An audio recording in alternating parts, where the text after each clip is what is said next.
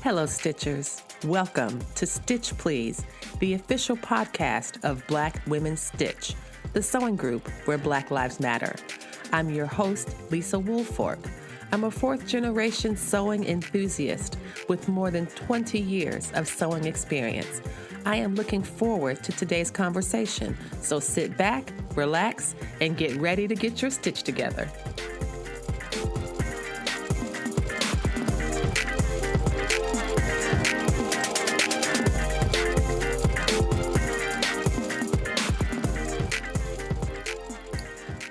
Hello, everyone. Good morning, good afternoon, or good evening, wherever you are joining us from. This is Lisa Woolfork coming to you from Charlottesville, Virginia, and I am so excited to reintroduce and welcome back to the Stitch Please podcast, Miss Linda Nance of Gotta Be Handmade. Now, Linda was kind enough to come onto the program last year on December 10th, 2019. We talked and had an interview. Her episode was released December 18th. Her episode is number 10 in the Stitch Please podcast roster. I encourage you to go back and listen to that. She was amazing. And luckily for us, she still continues to thrive and be amazing. Last year, we talked about, in 2019, we talked about Christmas crafts. And this year, we're talking about something similar, but I want to talk about just the wonderful work that Linda Nance does. And she's such a beautiful spirit. Have y'all ever met somebody who, when you talk to them, it's like your heart gets warmer? That's what I feel when I'm talking to Linda Nance. And so I am so happy to welcome Linda back to the program, joining us from South Carolina, and the home of the South Carolina pine cone, which I learned a lot about in 2019 when we had our first conversation. Welcome back, Linda. Thank you for being here today. Hello, thank you for having me. This is so amazing. So when we spoke back in 2019, Linda, you were doing a lot of work with the South Carolina pine cone. And you were talking about all the different parts of the pine cone, which I didn't know anything about. Are you still doing pine cone crafts or pine cone work this year? Yes, I am. This year, I have South Carolina pine cone angels. My angels have been selling all season long, and I'm busy making them every day from the world's greatest pine cones, South Carolina pine cones. This is fantastic. I am so happy that you have found a way that the pine cones can communicate beyond. I actually don't even know what the purpose of a pine cone is. I guess maybe is a pine cone where a pine tree grows from? What is the purpose of a pine cone? How about that? That's the best question. What is the point of a pine cone, Miss Linda Nance? Like I see them on the ground. They're interesting, but I'm just like, is this just litter from trees? I don't know. What is a pine cone? What is it for? When I lived in D.C., that's exactly what I thought they were, litter. But you know what? Since I moved to the country and nothing is here, I used to say that all the time. I would sit on my porch and there is dirt and trees and weeds, no people. And I used to say, it's nothing here. I was driving by our high school and on the ground were pine cones. And I said, Lord, I don't like it here. It's nothing here. And I looked over and I said, oh, there's some pine cones. I pulled over and I picked up a pine cone and I said, I can make things from these. And that's how it got started. The Lord was answering my prayer. It's something here. Pine cones are the home for pine tree seeds. They protect the seeds. The cone itself protects the seeds so we can have pine trees. And you know what pine trees are good for? We need the pine wood. They are making everything from pine nowadays. Oh, that is such a good point. It was so funny when you said, you know what we need pine trees for. I was like, for Christmas trees in our house. And you were probably like, no, that's not why. I was very excited. I thought I knew the answer. I thought for sure the answer was so we could have Christmas trees in our house. But of course, that is obviously not the answer. But you said you're right. So I guess they're making everything out of pine, like so many like furniture and Yes, so many other shelving, home accessories. yes. And my sewing machine table. Oh my word. Did you make that yourself? You made some you My made husband, something really spectacular. my husband made my cutting table, which is Yes. my cutting table is about 9 feet long, and it is approximately 2.5. Wow. Mm-hmm. Oh, that's wonderful. I want to back up a little bit in your story because one of the things I love about what you're doing is that you're reminding us that even when we think nothing is there, there's always something. And the idea that you could look over after saying, "Oh, there's just nothing here. I'm bored. It's lovely to be out in the country, but I don't have anything to do." And then everything that you see around you is responding and saying, "Wait, you can do something with this." Yes. And my paintings, I'm not Yes. a trained artist. I always wanted to take classes and learn to paint, but I'm not a trained artist.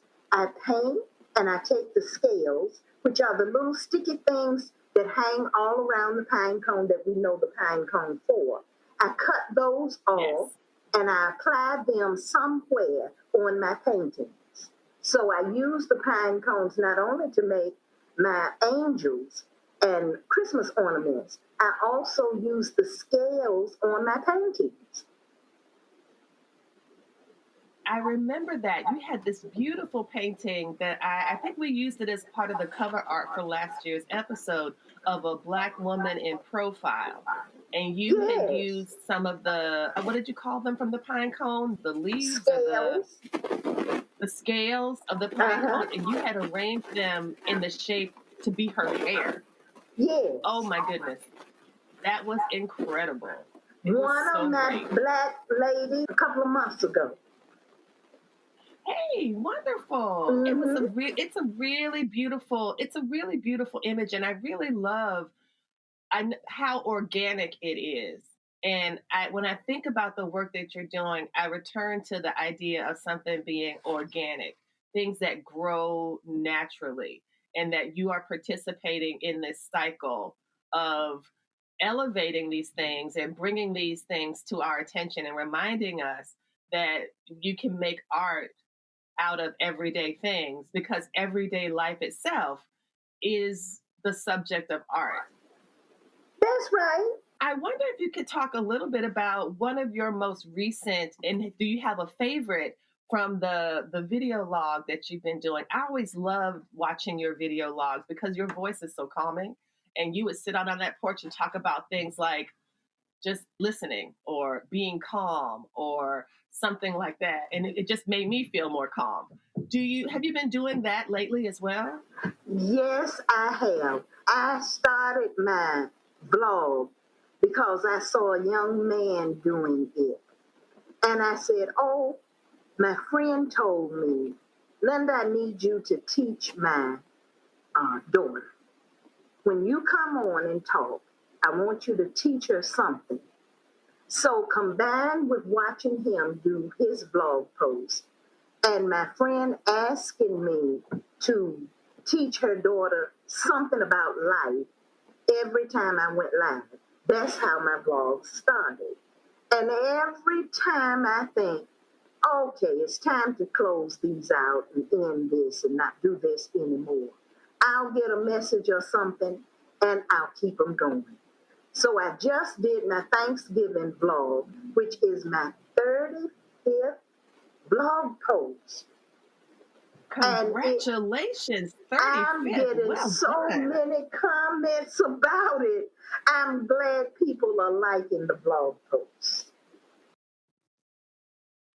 They are. It really is like a word. It is a word. Like either you're sitting in your car, or you're sitting on your porch, or you're sitting in the craft studio, and you are sharing things that you have learned with us who may or may not have learned them or may not have learned them in the way that you are explaining. And that's something I just find really exciting, but also very reassuring. And another thing that I really appreciate about your vlog is that you have this beautiful record of the lessons that your friend had requested for her daughter, that you are able to let us know and to remind us of things that are essential. Yes, yes. That's what people are telling me. So I'm keeping the vlogs going. That is really excellent. So let's talk about one of the very first pine cone angel ornaments that you made this year. You said that these have been doing really well. They're selling and you've been really happy with how the outcome of this project has been. Talk about how you get started with making those. Like what's required to work on a pine cone ornament, other than, of course, a pine cone. The angels came about because I needed a product that I could sell all year. And I said, so much is happening. We need angels. We need angels. And we need angels all year. And I take the pine cone, and the top of the pine cone is where I put the head. The heads are made from polymer clay, or I use the pine tree balls. The circles you buy, you can buy round balls that's made from pine trees. I use those, and that's the head, and then we go from there. The hair is whatever I come up with at the time. And I add the hair, and the wings are made from a bow from any type of ribbon. And that's the basis for my angels. And I always put a hook some way for you to hang them. And you can hang them from your car, you can hang them on a hook, or you can hang them on your Christmas tree if you're going to use them for the holiday.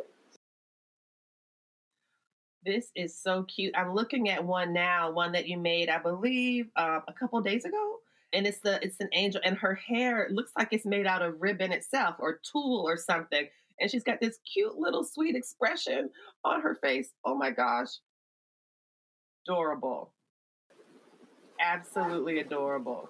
Thank And you. I'm I've wondering, been making them and they've been selling as quickly as I get them made. I had a shop full of them and they are all gone. Today I have a big shipment going out and I think that only leaves me two in my Etsy shop. So that's a good thing. I'm blessed with the that angels. that is a good thing indeed. I keep going back to your original story about the pine cones and how you were looking at them and not seeing them before. Yes. When you would look around and you would say, "Oh, there's nothing here. There's nothing here. There's nothing here." And then you and you say, "That's a pine cone," and that's another one. And then there's so many. And now you have this new avenue for your creativity that's based in the world around you. And it's Yes. helping you to see, yeah, and it's like helping you to see things differently. And I wonder if you might talk a little bit. Do you think that there's a lesson in that for everybody, whether it's about pine cones or not, about perspective? I really do. Especially in a time like now, this day and time. I think this is an amazing time. The best time in this old bird's life is today. I'm so grateful that I live to be here today. Today, I see Black artists, Black business owners on your broadcast. I learn about so many that I never existed. This is our time. During this time, if we look at all of the negatives that's happening, and branch out will take over. It is amazing. I used to sit on my porch and I say, Lord, it's nothing here. And I would cry, I couldn't sleep. I miss DC so much. DC was my city. When Daddy and I would go, Daddy missed his brothers so much when he moved to Atlanta from DC that we would go at least 3 times a month. He missed his brothers so. And when we would hit the district, Daddy would say, baby, we home now. And I had a little of that Daddy had. I missed it just that much. And now, with the pine cones, with this heat and the flies and the bugs, the Lord is opening up so many avenues for me. I am simply amazed. I use the scales on glass ornaments for Christmas as my new pine cone art for the year. The angels are selling like mad. For the first time in this old bird's life, I had a Black Friday sale. I had a small business Saturday sale. And today I'm having a Cyber Monday sale as a senior citizen in business. Isn't that amazing? Right now it's 74 degrees and it's getting hotter. And combine that with hot flashes and girl, it's hot. Oh my word. I can grow rosemary. Rosemary thrives from January to December. Rosemary. And grows and grows and grows. I have it in a pot, and it must be 5 feet. My husband's gonna have to get a chainsaw and cut it into 4 pieces so I can repot it. It just thrives. I started offering it in my Etsy shop, and I sold 1 or 2 orders every now and then. I met Marcus Lemonis, and I told him I need to make some money. I'm a senior citizen, and I have rosemary. Anything I can do with it? He started giving me suggestions. I have a new website coming out January for my rosemary, and I give I give basil and sage. Sage grows maybe 7, 8 months in the year here. I grow sage all in the country. That's what we can do. Look at our businesses, and we can no longer do what we were doing, and see what we can do. Yes. Yes. It's a lesson about pivoting. Yes. It's about, I think that recording as we are now at the end of 2020, and we've had this very difficult pandemic year with so many things changing, with so many people being unable to see their loved ones for all these different reasons about isolation and social distancing. Yes. It's been a real challenge for all businesses, for people, for schools, for governments, for everybody. But this story that you're telling about making a change and noticing what's around you, growing where you're planted. It's such a beautiful story. And that rosemary, oh my goodness, a 5 feet across. That is amazing. It's like you have a hedge. Yes. In a pot. A hedge in a pot. Yes. You know what happened? Because the rosemary is growing, and I'm going to have a website, and people are buying the rosemary, I had to get out and search for the nearest to get me some plants. I had to search for nurseries so I could buy more rosemary and more sage and more basil and more herbs, which caused me to have to meet new people. And it's been amazing. That is wonderful. Really wonderful. And again, this idea of plants, they will grow if you give them an environment that is hospitable. like the continued warmer temperatures in South Carolina, you will get these beautiful blooming results. And so now you have a whole new branch of your artistic practice that's based in plants. So what are you doing with the rosemary, basil, and sage that you are growing and finding? I sell it. I sell it by the sprigs. And orders used to be 8 sprigs. But I'm realizing that's a bit much for a home cook. So I cut that down to 6 sprigs. And now I tell you how to use it. On my Facebook business page, it gotta be handmade. Every day or every other day, I post things you can do with the rosemary. Here we have a lot of flies, for example. And in studying rosemary, I found out that it's good for insects. So I made a wreath out of the rosemary and hung it on my back porch to see if it really worked. And it does. It really does. A few sprigs around the door or attached to a wreath or something like that really helps with bugs. And rosemary is good for your memory.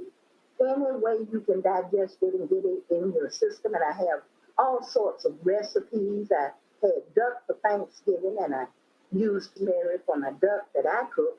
And it's just amazing.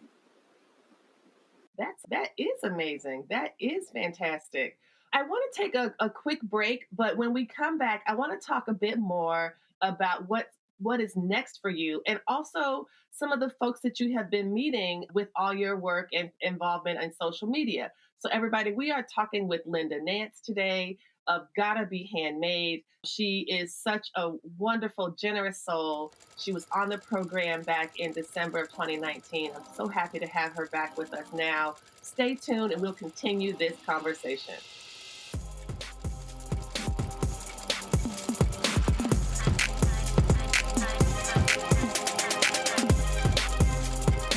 The Stitch Please podcast is really growing. I want to thank you for listening to the podcast and ask a favor. If you are listening to this podcast on a medium that allows you to rate it or review it, for example, Apple Podcasts or iTunes, please do so. If you're enjoying the podcast, if you could drop me a 5-star rating, if you have something to say about the podcast and you wanted to include that, a couple sentences in the review box of Apple makes a really big difference in how the podcast is evaluated by Apple, how it becomes more visible. It really is a way to lean into the algorithm that helps to rank podcasts.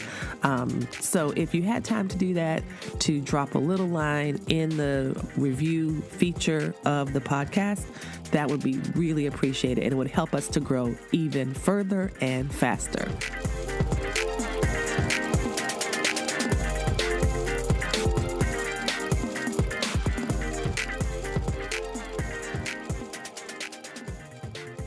Welcome back, everyone. Thank you. If you are just joining us, you are listening to the Stitch Please podcast. I'm your host, Lisa Woolfork, and I'm speaking today with Linda Nance of Gotta Be Handmade. She is a returning guest. She was on the program back on December 18th of 2019, and now we are here in 2020 because she was just so much fun, and I just learned so much about what it meant to live your full life, discovering new things. We know that for many of us, it can be challenging to learn things as an adult, has really thrived in her retirement. And she talks about herself as a senior citizen who is just all over the internet. She's got the Facebook page and the page for her business and her YouTube channel, and she's on Twitter. And she was talking earlier about, in the previous segment, about how when she went to the nursery to learn about these new plants and to get new plants for this new part of her business, that she was meeting new people. And so this was one thing I definitely wanted to ask you about, Linda. I was on I saw this on I think it must have been an Instagram Live that you had done. And so you have to tell us about your friend Kathy, because I was flipping through and I was like, wait a minute, I think I know who this person is. So tell me, so this is Kathy Ireland, y'all. And Kathy Ireland is like a celebrity spokesmodel. She had a line of linens and she does lots of different things. And she and Miss Linda Nance, of course, are buddies. So tell me about how you met Kathy. I don't know if we're buddies, but Kathy would talk with me about my blog post on Twitter. And I just knew her as Kathy. I thought she was such a nice young lady. And I was telling my sister something that she had asked me about, something on one of the blogs.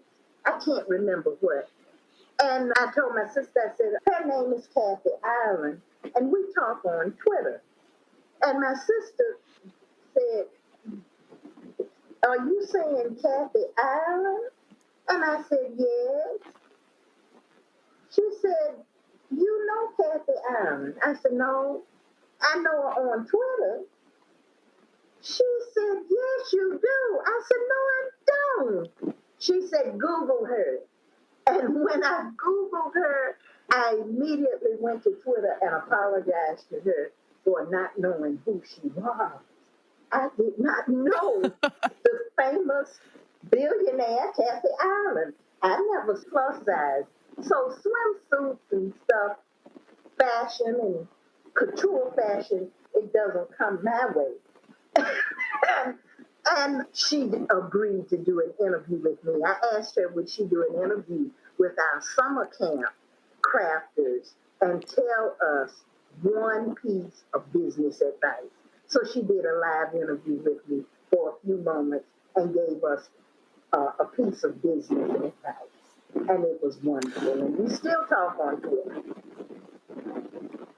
Oh, that is so great. That is so, well, I think the thing that I love about that, I don't think you needed to go on and apologize for not knowing who she was. I think that it's because of who you are. I just find you to be such a genuine and open-hearted person, and so creative and so committed to the work that you're doing. But also, so much of the work that you do is also forward-facing. And by that, when you're talking to the camera with your vlogs, you're talking to each and every one of us.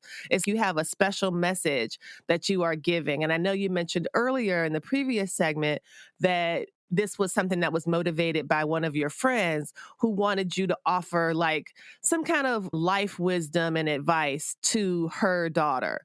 And I feel like I really benefit from that, even though I'm not the person that this advice was motivated by. But I do feel like when I watch your vlogs, I am benefiting because I am learning something. I think that your voice does such a beautiful job of making people, at least making me feel held, that you're like acknowledging that things might be difficult or there might be challenges or that there might be storms or sometimes you need to just sit with things or to slow down. That was one of the things that's a big lesson for me. I'm the type of person that's always busy, busy, busy, busy, busy. And I think you had a message about just sitting and being Yes, still. And sometimes you need to sit on the porch and watch the rain. yes. Sometimes Take you need time to to pause. do that. Take That's right. time to pause. Pausing. That's what, yeah, pausing. Mm-hmm. Yeah, I love that one. I think that was one of my favorites. And again, y'all, you all can go back and you can listen to these wonderful vlogs. They are on her IG, on IG Live, and also on IGTV. I think you have a lot of them archived there on IGTV Mm-hmm. for people to access. And on my So YouTube channel. do.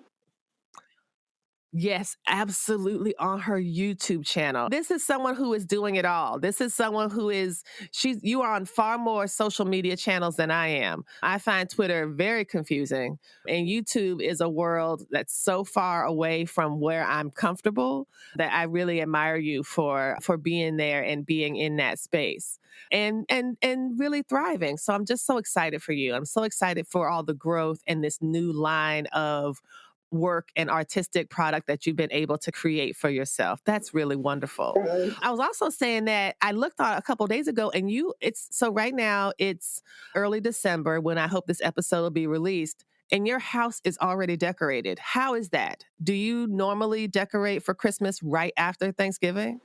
No, I usually decorate in September. Remember, we're coming from DC. So I used to put up my decorations and lights and everything in September because it would be too cold for the old bird to be outside. I just happened to do it down here as well. So it's on, it's up, but it's not turned on. This is my last year of doing that. I feel like I'm missing out on Thanksgiving. And this year I've been so blessed that I need to really enjoy Thanksgiving as well. So I'm not going to do that anymore. This is my last year of doing that. I'll wait until December the 1st or the first week of December to put up my lights. Wow. It looks really nice. And if you are the type of person like I am who appreciates a good kind of Christmas landscape or Christmas scape, or I'm not sure how to describe when people decorate their rooms or houses for Christmas, I admire it, even though I don't really do it. We've never hung up lights outside of our house. I don't know why. Maybe because I'm afraid of heights. So I know I for sure would never be the one to do it. And I can't really put that on somebody else to do. But we do a lot of stuff on the inside. And I do having the nice tree and all of those are the things I really do. And so that's why when you said a lot of things come from pine, the first thought I had was actual Christmas tree. I think I'm ready for some seasonal joy right now. Can I ask you about what is next for you? You said that you have a new website and that's going to be coming out in January of 2021, or do you Yes, have an estimated date for it? yes. The new website should be coming out around the 15th of January, 2021, and that's going to be totally devoted to my rosemary and herbs. It's going to be a website just for that. I will still have my pine cone art and my pine cone angels in my Etsy shop. And I just started a brand new quilting group on Facebook. Oh, yes, that's right. That's Yes, right. a Because you've quilter's been journey. designing some quilt patterns. I saw this. You had I think it was a little black girl with ponytails, I believe. Yes, You were I'm designing quilt patterns. yes, I design black quilt patterns, and I'm not a quilter. I just enjoy designing the patterns. My mom was a master quilter, and but we never had quilts that represented us. As old as I am, our home was always filled with magazines and things, and thankfully for Mr. Johnson, we had every type of ebony and jets available in our home. But our Yes. art was not black, and the quilts were not black. And I decided to design black quilt patterns. I designed my first pattern, I know, 30 or more years ago, probably over 40 years ago. And I love designing quilt patterns, but I'm not a quilter. So Okay. I have to learn to put my blocks together to make certain they are right. So I said, I don't want to do it alone. So I started a quilter's journey on Facebook, and together we'll learn how to quilt correctly and make my quilt patterns. That is wonderful. So this just shows how you have this such a great, like a really fun spirit of adventure, because you're like, I don't quilt, but I would like to make some quilt patterns and I would like them to be black girls. And so now I shall learn how to do that. And that's what you're doing. And you're just doing that. Yes, That's brilliant. That is brilliant. And so I, you're, mhm. I create the quilt patterns, but I couldn't get help. I contacted textile companies, contacted other quilt pattern designers, and they would always ask, are you a quilter? And when I would say, no, I'm not a quilter, and they'd say, but you're designing quilt patterns, okay. That would end the conversation. So I have to learn to quilt, even though that had nothing to do with designing my patterns, I don't think.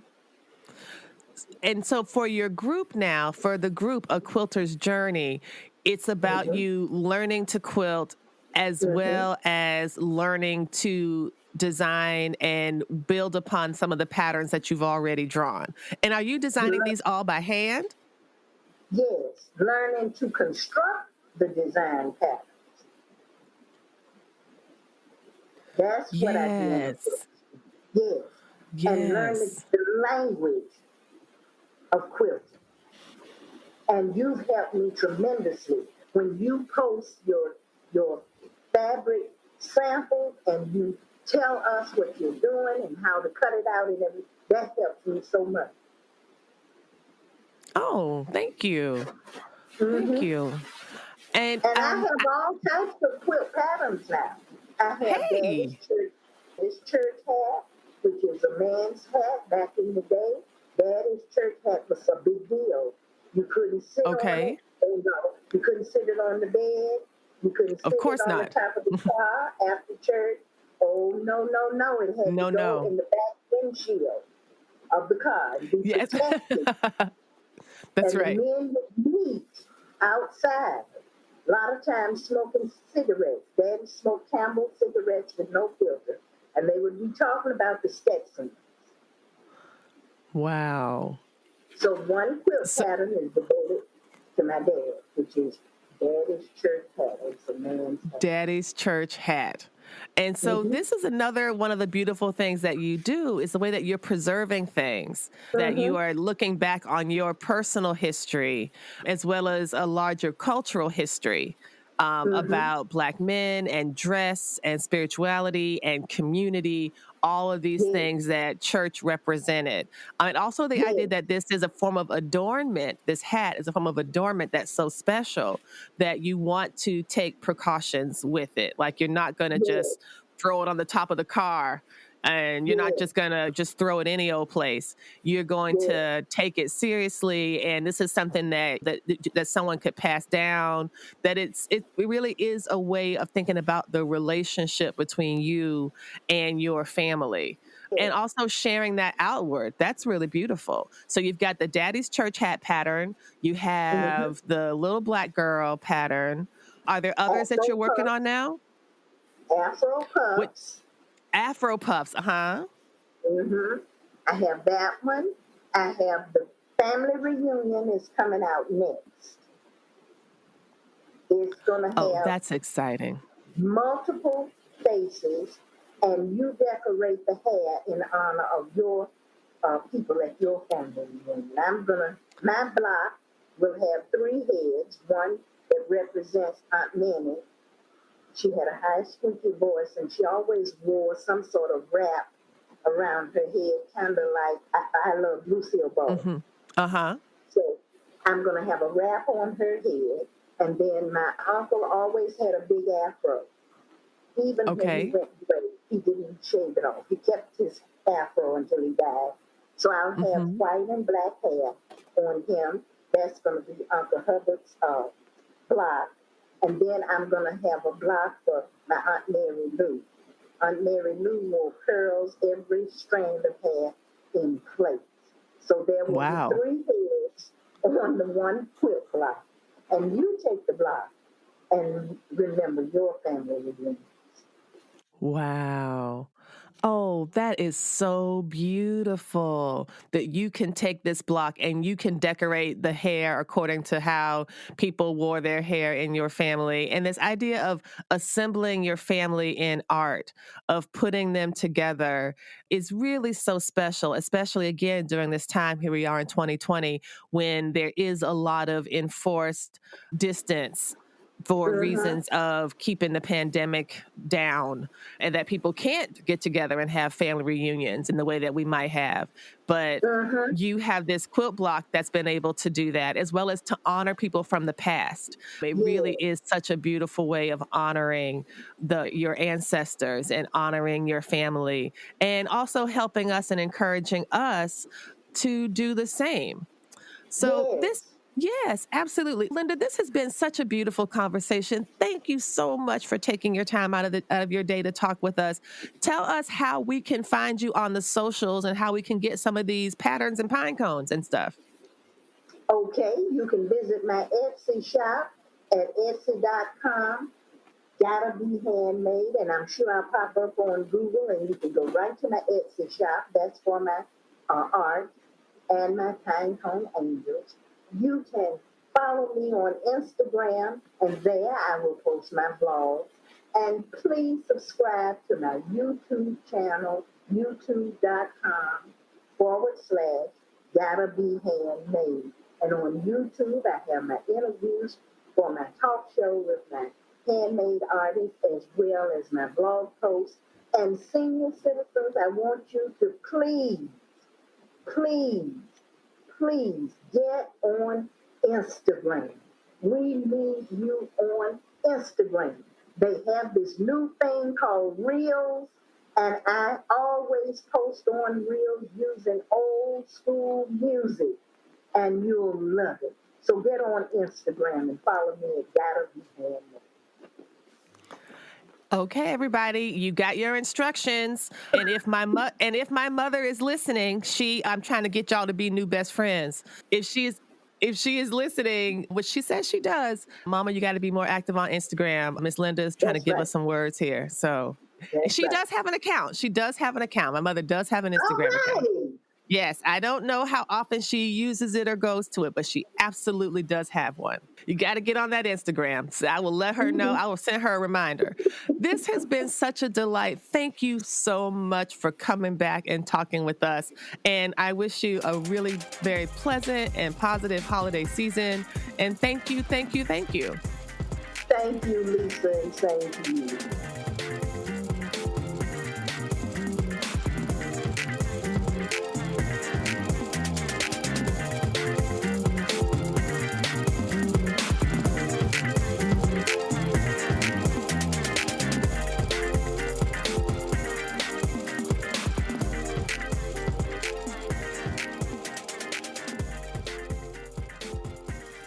You've been listening to the Stitch Please podcast, the official podcast of Black Women Stitch, the sewing group where Black Lives Matter. We appreciate you supporting us by listening to the podcast. If you'd like to reach out to us with questions, you can contact us at blackwomenstitch@gmail.com.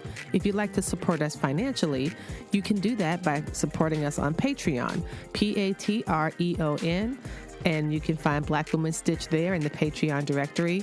And for as little as $2 a month, you can help support the project with things like editing, transcripts, and other things to strengthen the podcast. And finally, if financial support is not something you can do right now, you can really help the podcast by rating it and reviewing it anywhere you listen to podcasts that allows you to review them.